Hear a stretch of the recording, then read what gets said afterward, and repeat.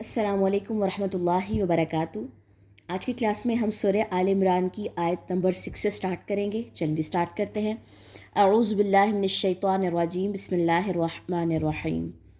ہوا وہی ہے، الذی جو، یصورکم صورت بناتا ہے تمہاری، فی الارحام رحموں میں، کیفا جس طرح، یشاء وہ چاہتا ہے۔ لا نہیں ہے، الہ کوئی الہ برحق، الا مگر، ہوا وہی، العزیز بہت زبردست ہے، الحکیم خوب حکمت والا ہے۔ میں اس پیج پہ پہلے اس کا خلاصہ کر دوں، پھر نیکسٹ پیج پہ شفٹ ہوں گے تو بار بار واپس آنا پڑتا ہے۔ تو یہاں پہ کیا بات آئی ہے کہ وہی ہے، یعنی کہ کون، اللہ کی تعریف بیان کی گئی ہے جو رحموں میں یعنی کہ ماں کے پیٹ میں انسان کی شکل بناتا ہے جس طرح وہ چاہتا ہے۔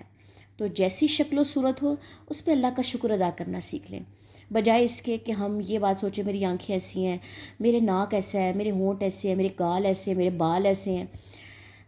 اللہ تعالیٰ نے شکل دے دی، بات ہے اب عمل کی۔ تو اللہ تعالیٰ شکلوں کو نہیں دیکھے گا، اللہ تعالیٰ اعمال کو دیکھے گا۔ ایک چیز تھی وہ مل گئی، فری میں مل گئی، ایک ہے جو کمانی ہے اس دنیا میں رہ کے۔ تو یہاں پہ بات سکھائی گئی کہ ماں کے پیٹ میں، اس پیٹ میں جو اندھیرا ہوتا ہے، جو 3 تہوں کے نیچے اندھیرا ہے، اس اندھیرے میں انسان کی شکل وہ بناتا ہے جیسے وہ چاہتا ہے۔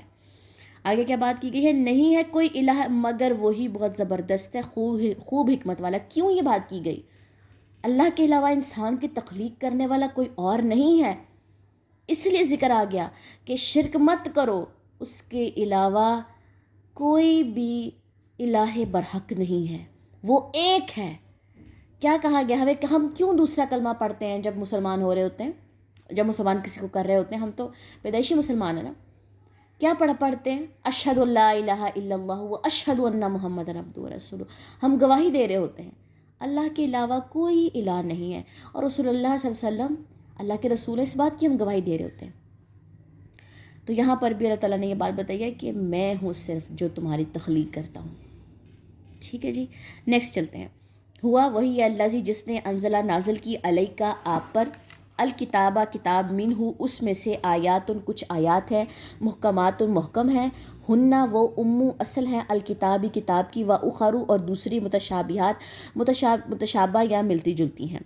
فاما تو رہے، الذین وہ جو، فی قلوبہم جن کے دلوں میں جن کے، زیغن ٹیڑھ ہے، فیتبعون پھر وہ پیروی کرتے ہیں، ماں اس کی جو، تشابہ متشابہ ہے، منہ اس میں سے، ابتغاء چاہنے کو، الفتنتی فتنہ، وابتغاء اور چاہنے کو، تأویلہ مطلب اس کا، وما اور نہیں، یعلم جانتا، تأویلہ مطلب اس کا، الا مگر، اللہ اللہ، والراسخون اور جو پختہ کار ہیں، فی العلم علم میں، یقولون وہ کہتے ہیں، آمنا ایمان لائے ہم بھی اس پر، کلن سب کچھ، من عندی پاس سے، ربنا ہمارے رب کے، وما اور نہیں، یذکر نصیحت پکڑتے، الا مگر، اولو الالباب عقل والے۔ تو کیا بات سکھائی گئی ہے اس آیت میں؟ وہی ہے جس نے نازل کی آپ پر کتاب، قرآن مجید۔ اب قرآن مجید کو نیکسٹ ایکسپلین کرتا ہے خود قرآن۔ ٹھیک ہے، یہ بات سمجھ لیجئے، قرآن کا بعض حصے کو ایکسپلین کرتا ہے حدیث، اور جو حدیث ہوتی ہیں وہ قرآن کے حصوں کو ایکسپلین کرتی ہیں۔ حدیث کے بغیر قرآن نہیں سمجھا جا سکتا۔ کیسے؟ یہ بات میں نے کیوں بولی؟ اگر نماز، قرآن یہ بات کہتی ہے، قرآن میں یہ بات آئی ہے کہ نماز قائم کرو، کیسے قائم کرو یہ حدیث ہمیں بتاتی ہے۔ تو یہاں پہ کیا بتایا گیا کہ یہ کتاب جو رسول صلی اللہ علیہ وسلم پر نازل ہوئی، اس میں کچھ آیات محکم ہیں، حکم ہے اس میں، جو حکم آ گیا وہ کرنا ہے، اس کو کہتے ہیں محکم، وہ اصل ہے کتاب کی، اور دوسری متشابہ باہم ملتی جلتی ہیں۔ آپ نے دیکھا ہوگا هو العزیز الغفور، کتنی ساری آیات ہوتی ہیں جو ملتی جلتی ہوتی ہیں۔ ٹھیک ہے، لا یکلف اللہ نفسا الا وسعها، اور پھر مطلب متشابہ ہیں ترجمے کے اعتبار سے، اور پڑھنے کے اعتبار سے، فہم کے اعتبار سے ملتی جلتی ہوتی ہیں۔ تو رہے وہ لوگ دلوں میں جن کے ٹیڑھ ہے، جن کے دل میں کفر ہے، جن کے دل میں منافقت ہے، ٹیڑھ ہے، بس وہ پیروی کرتے ہیں اس کی جو متشابہ ہیں، اس میں سے چاہنے کو فتنہ، اور چاہنے کو مطلب اس کا، یعنی کہ ایک آیت ہے جس میں کچھ چیزیں مشتبہ مطلب واضح نہیں ہے، ٹھیک ہے، مشتبہ ملتی جلتی، اور کچھ کہہ لیں ملتی جلتی بات آ گئی ہے، سمجھ نہیں آ رہا حلال ہے کہ حرام ہے، جب تک ہم اس کی تفسیر نہیں پڑھتے۔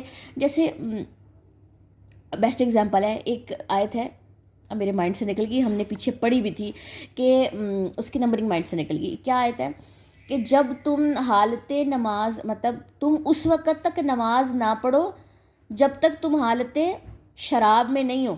اگر مطلب تم حالت شراب میں ہو، تم اس وقت تک نماز نہ پڑھو جب تک تم حالت شراب میں ہو. جب شراب کی حرمت آئی تھی، شراب منع ہونی تھی، تب یہ بات آئی تھی کہ جب تم حالت شراب میں ہو تم نماز نہ پڑھو. لیکن پہلی آیت میں کیا ہے؟ تم نماز نہ پڑھو الا جب تک. اب کچھ لوگوں نے اس کا مطلب نکالا کہ قرآن تو خود کہتا ہے کہ نماز نہ پڑھو. یہ میں اصل بات بتا رہی ہوں، یہ ایسی کوئی من گڑت بات نہیں، یہ ریل میں بات ہے.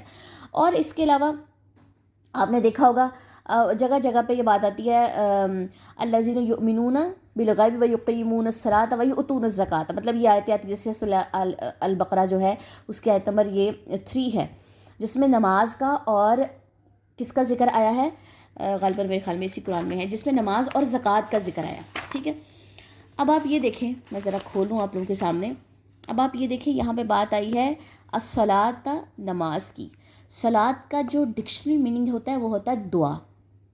اب لوگوں نے یہاں پہ یہ تعویل نکالی کہ قرآن تو کہتا ہی نہیں ہے کہ تم نماز پڑھو، تم تو دعا کرو. تو دعا کر لی سمجھو نماز کے برابر ہے. نماز سے بچنے کے لیے جتنی تعویلیں لوگ کرتے ہیں وہ ہماری سوچ بھی نہیں ہے. ٹھیک ہے، جیسے میں نے آپ لوگوں کو ایک آیت بتائی کہ یہ آیا کہ تم نماز نہ پڑھو جب تک کہ تم حالت نشے میں، جو نشے کی حالت اس میں ہو. تو ایک چیز جب ہم اس کی تفسیر پڑھتے ہیں، اس کی ڈیٹیل پڑھتے ہیں، احادیث سے مطالعہ کرتے ہیں، تب ہمیں پتہ چلتا ہے کہ ہمیشہ صلاح سے پہلے یقیم یعنی کہ قائم کا ورڈ آئے گا، اور قائم کا ورڈ آتے ہی اس کا مطلب تبدیل ہو جاتا ہے. پھر یہاں پہ نماز آتی ہے. ہمیشہ الصلاح سے پہلے قائم کا ورڈ آتا ہے. وَيُقِيمُونَ الصَّلَاةَ، تم نماز قائم کرو، تم پڑھو نماز. یہ اس کا مطلب پھر یہاں پہ پھر دعا نہیں آئے گا. اکیلا صلاح آئے گا تو اس کا مطلب دعا ہوگا. سمجھ آئی یہ بات؟ تو اس طریقے سے انہوں نے کیا کیا کہ متشابہ جو ملتی جلتی آیت تھیں آیات، اس میں پڑ گئے اور کیا کرنے لگے؟ فتنہ ڈالنے لگے اور مطلب نکالنے لگے. نہیں جانتا مطلب اس کا مگر اللہ. تو اللہ تعالیٰ نے یہاں پہ کیا بتایا کہ ان آیات جو مشتبہ ہیں، جو ملتی جلتی ہیں، اس کا مطلب صرف اللہ جانتا ہے. جیسے میں نے آپ کو پہلے بتایا کہ اس سورت کے شروع میں پچھلے لیسن میں الف لام میم حروف مقطعات، اس کا معنی ہمیں نہیں پتہ. الف لام میم، الف لام میم، اس کا مطلب صرف اللہ کو پتہ ہے. یہ لوگ اس میں پڑ گئے کہ حروف مقطعات کا معنی کس طریقے سے ڈھونڈے.